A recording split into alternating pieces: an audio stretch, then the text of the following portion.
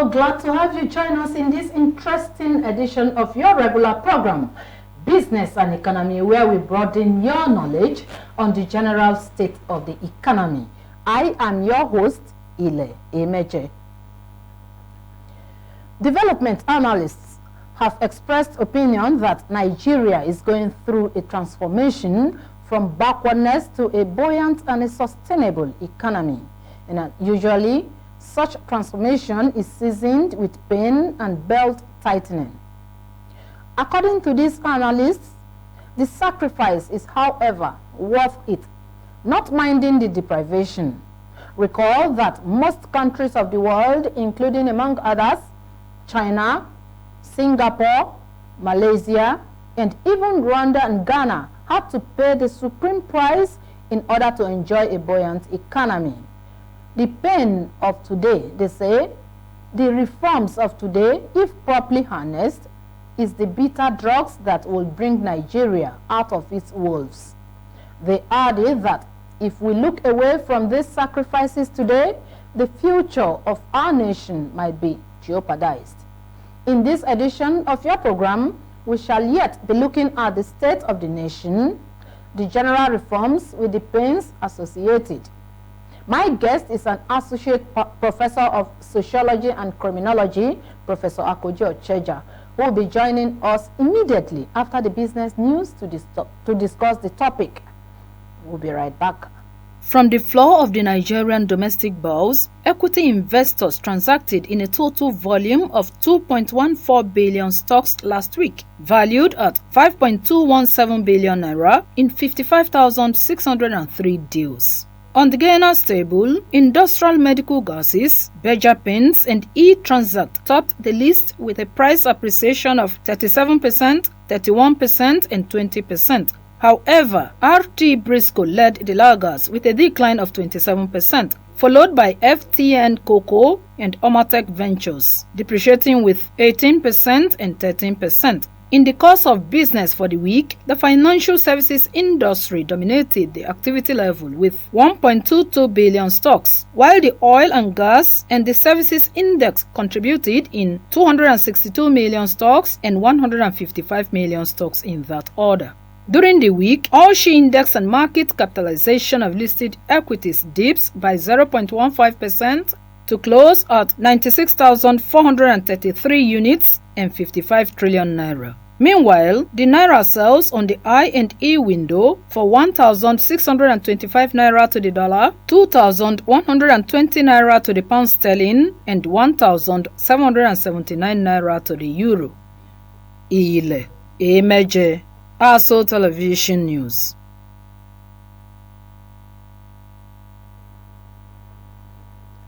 Our guest, an associate professor of sociology and criminology, Professor Akoji Ocheja, is right with us in our studio, and he's going to be taking a look at the state of the Nigerian economy vis-a-vis the economic policies of the federal government, its impact, and the issues around them.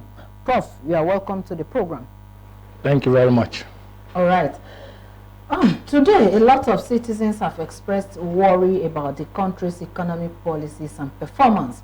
While others see it as a step in the right direction, some others see it as the other way around, that the economic policies are not right, they are not, the timing is wrong and the rest of them. So what is your own view about all of this? It's all right. There can be no better time for the policies that are introduced in Nigeria than now, because the state of the nation as it is requires this type of policies. And when we talk about policies, we do not mean to say that only the president sat and came up with that idea and wants to implement it. Every nation has economic team, if not more than one.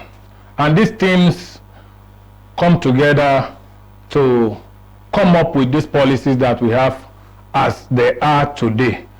So the policies are well intended, and they are also brought to bear at the appropriate time. So the right time to do it is now.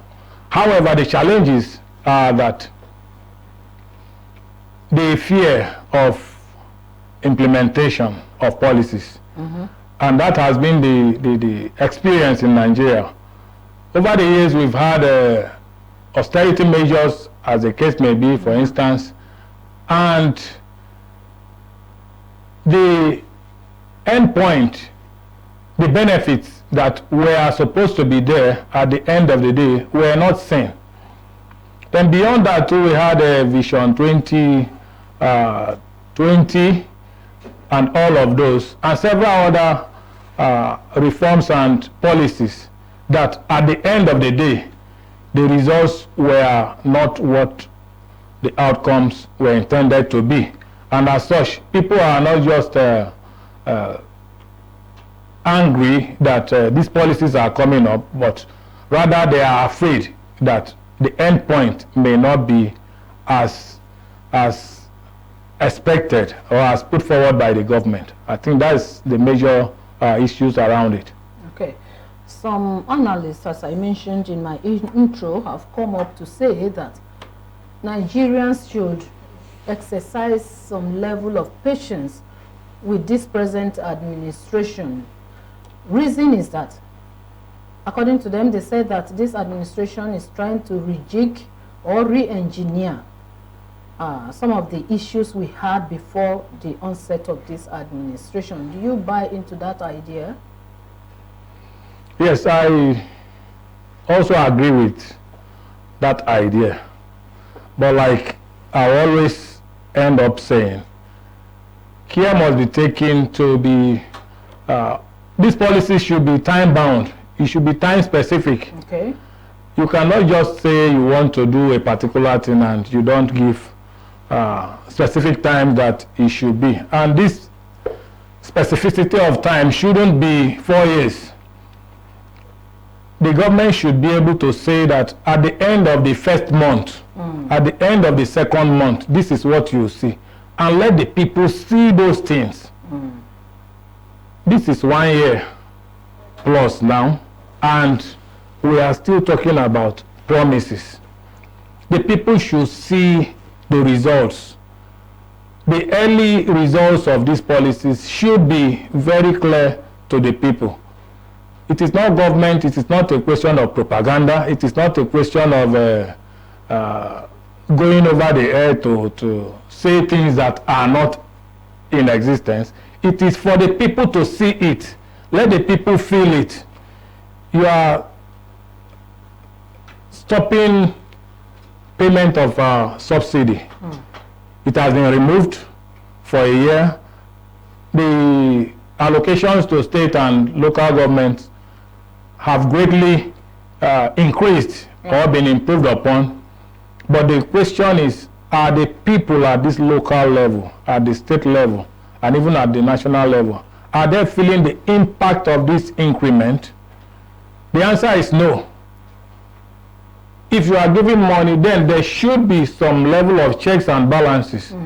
This money that I've given you for January, for example, what have you been able to do with it? Agreed, states, local governments, they have councillors to challenge the authority of the local government chairman. They have House of Assembly, the three arms of government. There should be checks and balances. But since that is failing, as it appears that the legislators are in the pockets of the executives, then the federal government should go beyond the federal to demand some level of accountability on the state and on the local government. Okay. And whatever that has been done, if it is not monitored, if there is no accountability, it means the well-intended policies will end up in some pockets of few individuals, and that is not the intention of government. Okay. Now, behind the scene, before we came on the scene, on this particular episode, somebody was asking me and suggesting that, will it be right for the government at this point to also establish or introduce a new ministry known as Ministry of Accountability and Transparency to do this job, given the fact that in the previous administration, for a very long time now, robust policies will be rolled out by the government in authority, and the implementation has been there's a lot of question on the implementation. So will it be right for those that are suggesting the Ministry of Accountability and Transparency for the government to come up with such? Do you see that as a way out to helping the situation of maybe the lack of monitoring and supervision of a lot of projects and programs at the state level and even at the local government level? Well, personally, I would say no. Okay. It is not about having too many ministries. It is the functionality of the existing ones. Federal government is merging ministries to reduce the cost of governance and all of that. So there is no point having more ministries. There are ministries existing already that are charged with these responsibilities. Okay. It's just that they are not doing their work appropriately.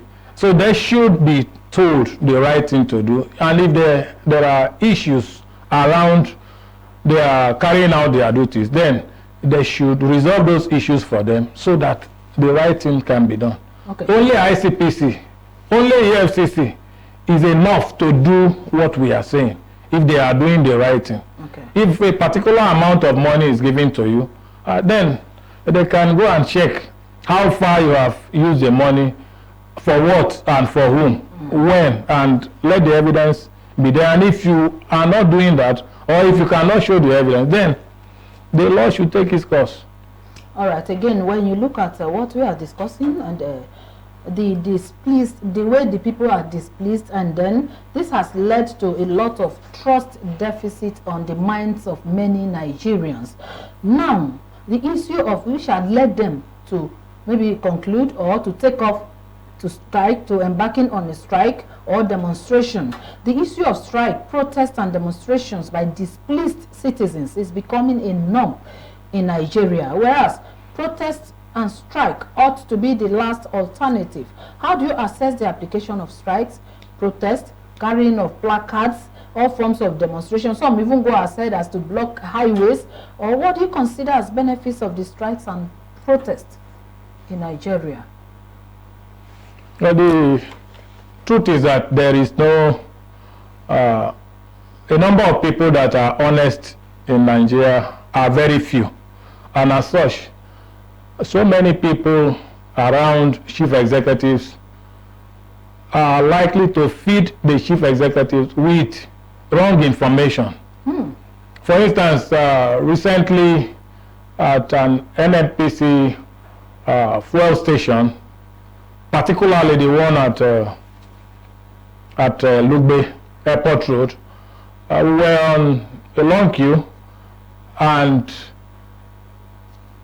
armed law enforcement agents came and demanded that we should leave the queue because the president was passing, and he was not supposed to see that there is no fuel in Nigeria, or that, not supposed to see that there are queues in Abuja or in the Federal Capital Territory or in Nigeria. Now, what do you do in such a situation? You have been asked to leave or get the tire of your vehicle deflated by a gun, and people had to leave. Under such a situation, that was a good opportunity for the president to see what is happening, that there are queues in Nigeria. Yes. It therefore means that people are feeding him with the wrong information, that there are no queues, there is fuel everywhere, and all of that and all of that. So now, what ought to be the last alternative, which is protest, will now end up being the first alternative, because if not that way, the common man do not have access to the president. Gone are the days where the president, the governors, and other politicians will go out alone in a vehicle, maybe with 1 or 2 security aides, drive around to see what happens, to monitor the situation firsthand, information and all of that. Yeah. Maybe out of the fear of insecurity, or maybe tight schedule of the office, it does not really give room for all of those kind of activities again. But by that protest, for instance, the minds of the people have been shown to the president that the government is bad and should be ended, that people are suffering, that people are hungry, and all of those. If there were people feeding the president with wrong information that everything is okay, that Nigeria is good and all of that, that all is well with Nigeria. All is well with Nigeria. By the token of that protest, then he doesn't need, I said, if you didn't know when the cloud is forming, when it begins to rain, you definitely feel it. So he has seen the rain and he has felt the rain, and he knows the mind of the people. Not minding what oppositions could have done in terms of hijacking the protest and all of that. But at least the protest was a good thing, and it has shown to the government the mind of the people. Then in terms of what it has realized, like I've mentioned, government knows the position of things and the situation of things in the country. And as such, to me, it was very, very, it has met its target, and a statement has been made to the government. All right. Given some of the skirmishes, that is the outcome of this protest, you know, wherever or whenever protests are organized, there are bound to be skirmishes. One problem or the other. Some of them will take laws into their hands to destroy government properties, as witnessed in the last protest. And I remember during when Dr. Ngozi Okonjo-Iweala was the Minister of the Economy and the Finance Minister of Nigeria.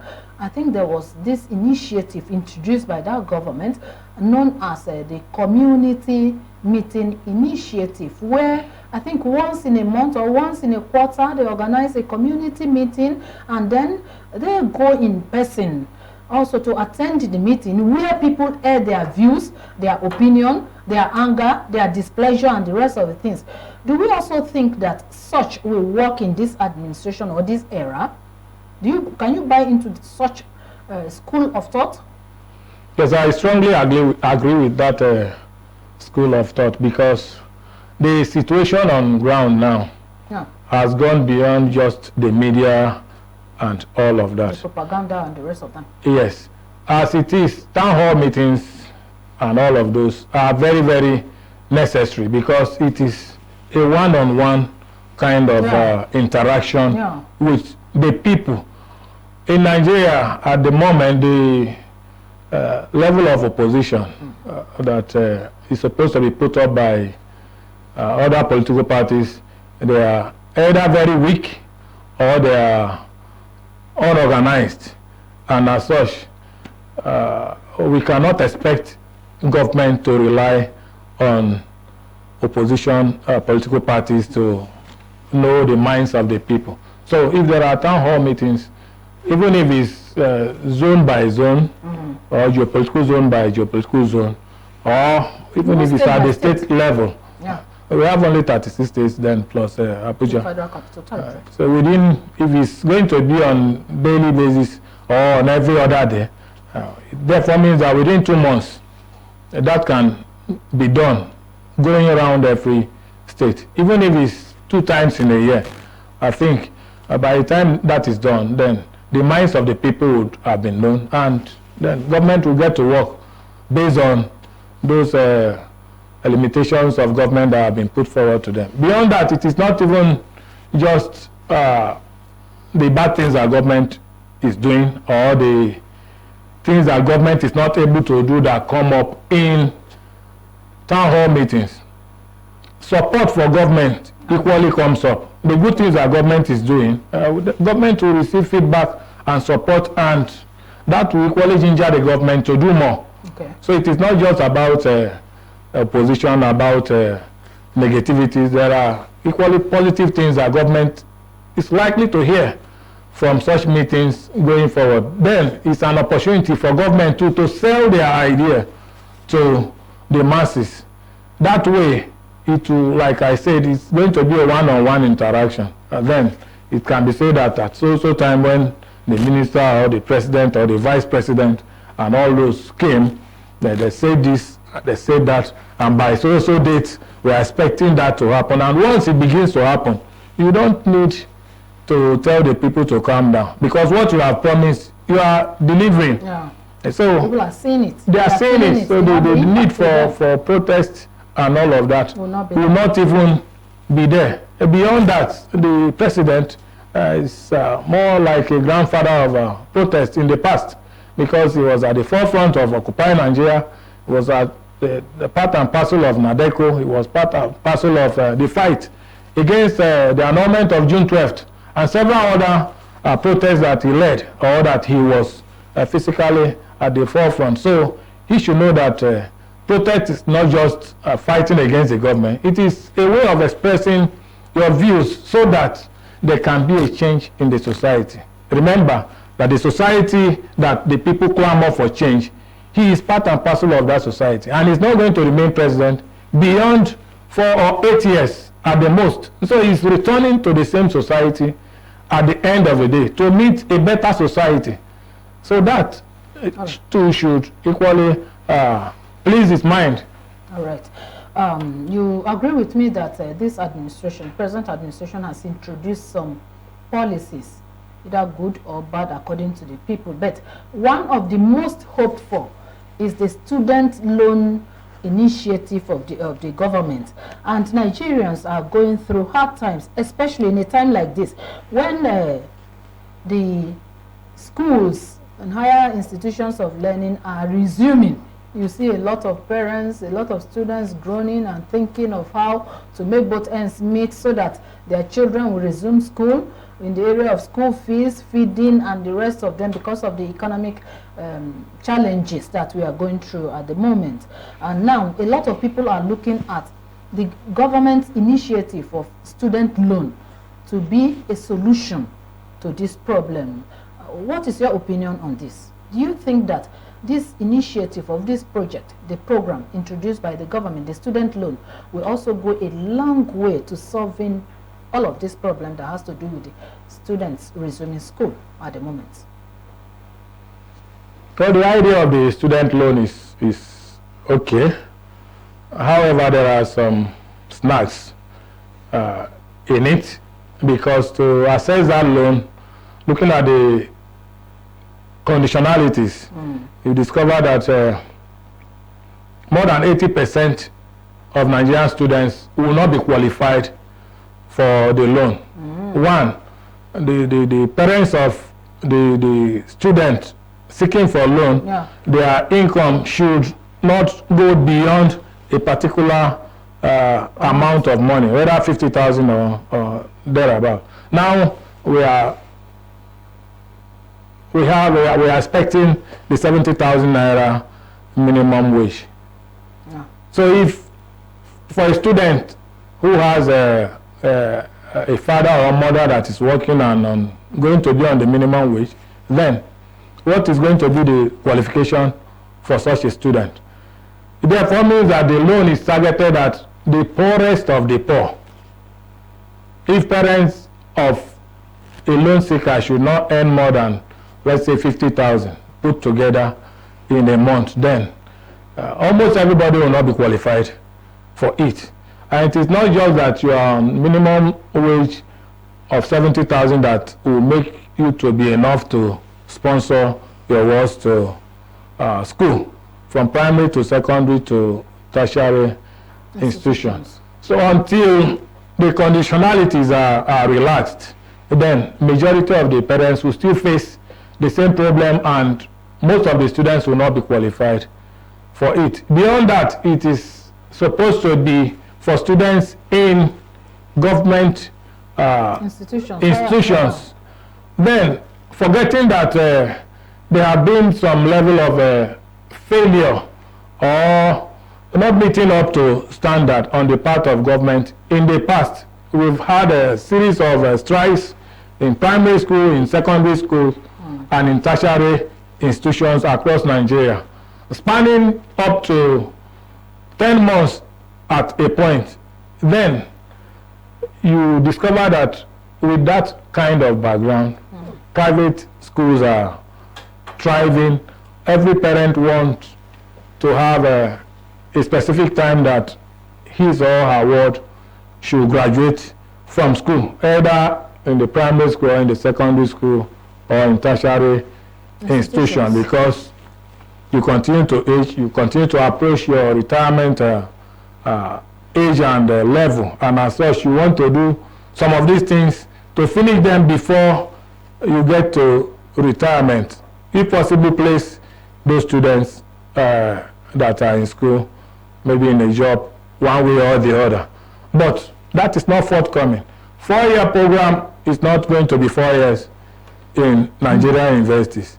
6 years secondary school has never been 6 years in Nigerian university. The same thing applies to primary schools in Nigeria, and as such, because of these failures, most parents take their wards to private schools at primary, secondary, and tertiary levels, and as such, these ones that we have mentioned are not going to be qualified for the student loan.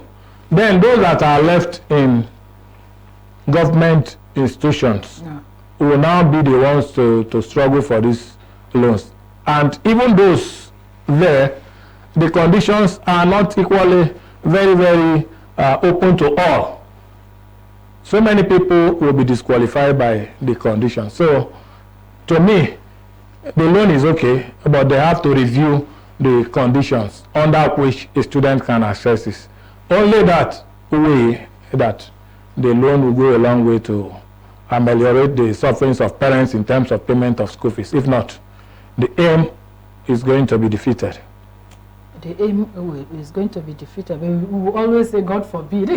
Amen. But again, you were talking about the government, that the government should extend the loan, the student loan, to other tertiary institutions, especially the private universities or higher institutions.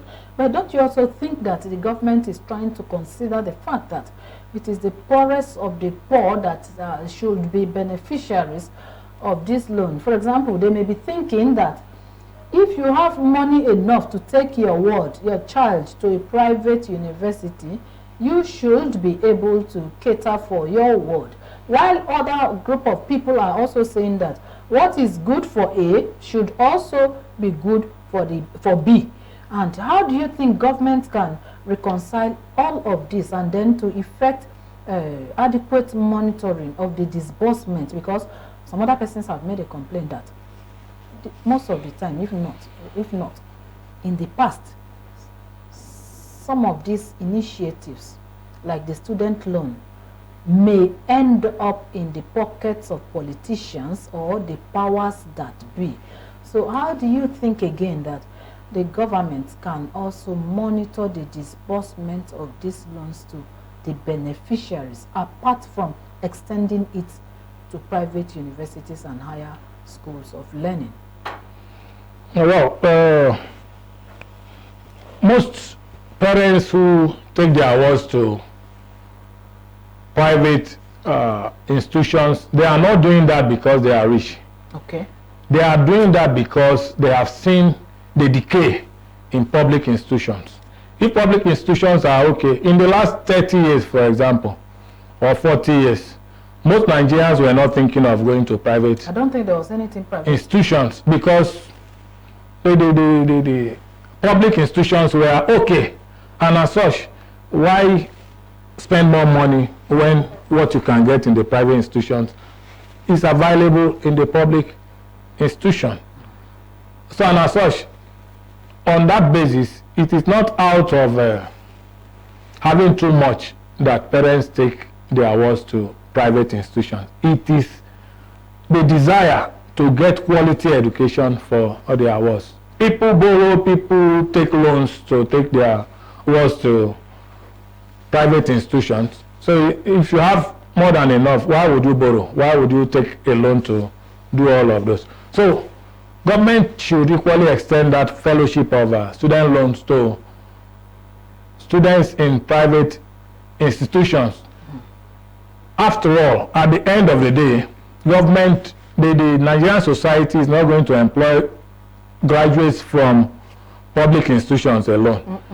If anything, experience has shown that the tendency to even employ people from private institutions, the tendency is higher compared to those from public institutions in Nigeria. And since they are coming to work in the Nigerian society for everybody, for government, for private organizations, then they should be allowed to benefit that. Then the other leg of the question, which is ensuring the disbursement. Gets to the beneficiaries. Yes, the students have the information, and there is a portal for all of that. And the students are not coming directly to the federal government for the money. They are coming from the department to faculty to the institution. Then the registrar forwards the list of students in that category to the government. And as such, every student should have an account. So if this money is credited directly to the student's account, I don't think there will be issues in disbursement. After all, over the years in the past, so many people had received scholarships or bursary from federal government, from their state governments, from local governments, from philanthropists and well-meaning Nigerians, and as such, it got to the desired beneficiaries. So getting it to the beneficiaries, I don't think that will be so much a problem if it is properly monitored and the list from institutions are verified before the money is paid into the student's account. All right. Today, I'm sure you must have heard it today from a quarter or the other about Dangote's refinery commencing loading and then selling the fuel to NNPC, to the people, to the fuel stations and the rest of them. And a lot of people are trying to hinge their hope on Dangote refinery for continuous availability of the fuel and the pricing. Do you see this, the commencement of Dangote refinery, as a major solution to the hike in the price of fuel, that is the pump price of petrol, and the availability of the products in Nigeria, as we round off? Yes, that is an example of time bound or specificity that I was talking about. Federal government told us that by this date, Dangote is going to disburse or to give out to commence the operation. And true to type, it commenced. This will give hope to the common man in Nigeria.